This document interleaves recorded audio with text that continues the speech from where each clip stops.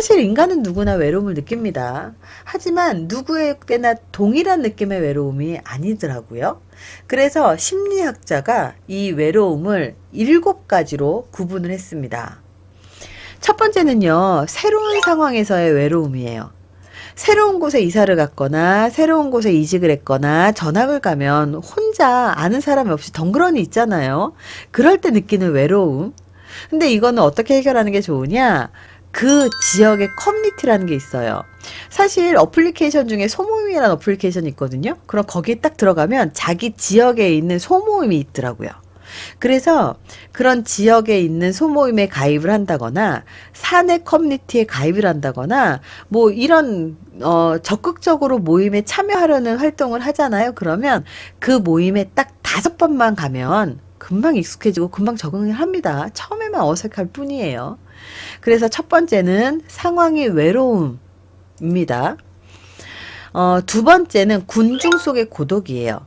주변에 사람들이 많이 있지만 그 사람들하고 다른 성향을 갖고 있다고 느끼거나 잘 어울리지 못할 때 느끼는 외로움이에요.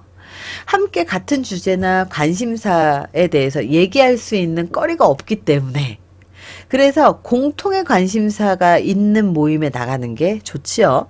그래서 취미 모임 아니면 취미 동호회 이런 데에 나가시는 걸 추천드립니다. 세 번째는요, 파트너 없음의 외로움입니다. 친구나 가족과 같이 아주 특별하고 친밀한 관계가 충분히 있음에도 불구하고 낭만적인 연인 간의 주고받는 이 만족감이나 그런 느낌을 갈망할 때 느끼는 외로움이에요. 그렇다면 이럴 때 어떻게 해야 될까요? 모바일 어플리케이션 중에 소개팅 어플리케이션 많잖아요. 그런데 가입을 하셔가지고요. 적극적으로 사람들을 만나려는 노력도 해보셔야 돼요. 물론 거기서 만나다 보면 이상한 사람도 만나고요. 나쁜 사람도 만날 거예요. 하지만 그런 사람들을 만나면서 그 사람을 볼 줄 아는 그 눈을 키우는 게 굉장히 중요하죠. 사람 볼 줄 아는 눈을 키우는 방법에 대해서도 제가 나중에 한번 영상을 제작을 할게요. 네 번째, 애완동물이 없을 때 느끼는 외로움도 있습니다. 강아지나 고양이 같이 이 주인만을 온전히 사랑하고 기다리는 존재, 그리고 내가 돌봐줘야 되는 존재가 있을 때 사랑을 느끼지만 없다면 굉장히 외로움을 느끼는 사람들이 있어요. 이럴 때 어떻게 해야 되느냐. 사실 SNS에 애완동물의 사진이나 동영상을 올리는 사람들이 굉장히 많고요. 그리고 주변에 그 애견 카페 많거든요. 그러면 그런 데 가서 시간을 보내다 오는 것도 추천드립니다. 그래서 애완동물이 없을 때 느끼는 외로움이 네 번째고요. 다섯 번째입니다. 자신만의 시간이 없을 때 느끼는 외로움입니다.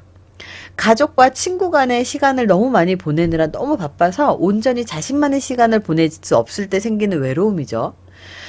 이럴 때는 혼자 나가서 커피 한 잔 마시는 거예요.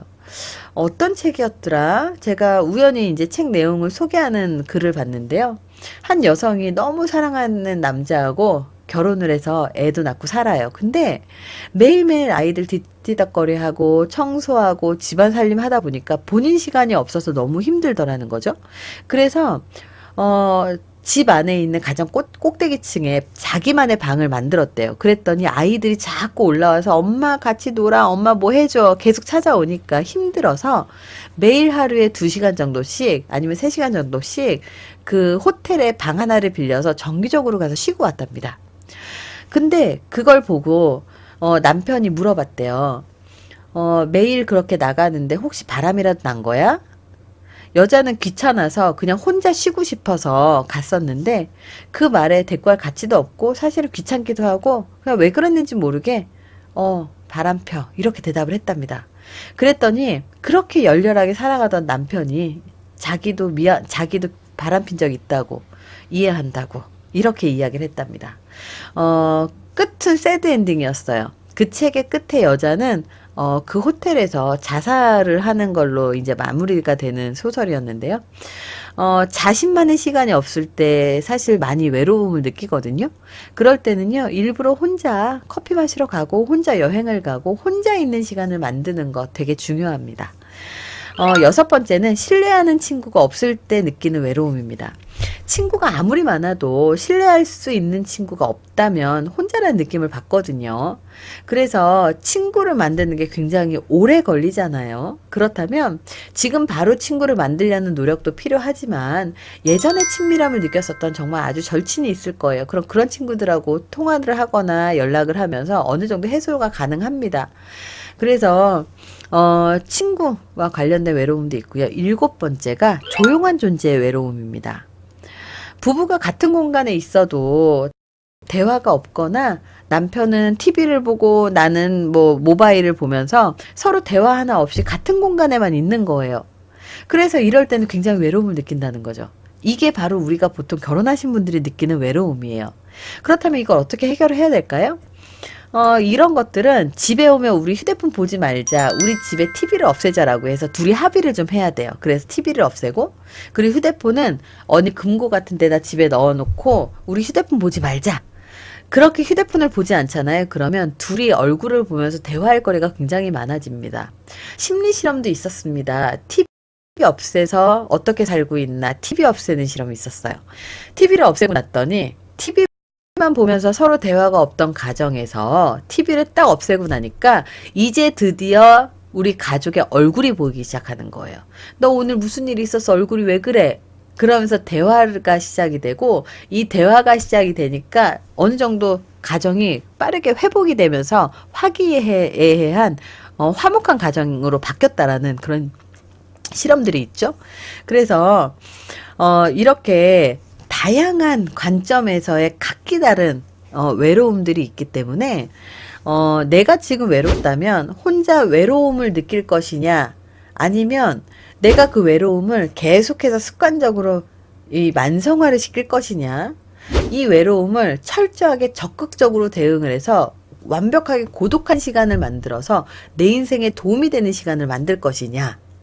혹시라도 이 7가지에 해당이 된다면 그 7가지 중에서 어디에 해당이 되는지 보시고 이걸 해결하기 위해서 어떻게 내가 행동을 해야 될지를 방법을 알게 되면 훨씬 더 이 외로움을 극복하는 데 도움이 많이 됩니다. 매일 10분 마음 수업이라고 하는 이 책의 가장 첫 번째 챕터 첫 번째 이야기를 들려드렸습니다. 제가 이렇게 조금씩 제가 쓴 책들이 벌써 공저 포함해서 8권이 나왔고요. 그리고 이렇게 단독 저서로는 5권이 나왔습니다. 조금씩 이 북픽 시간에 소개를 해드리려고 합니다. 이 영상이 도움이 되셨다면 좋아요, 구독, 그리고 알림 눌러주세요. 감사합니다.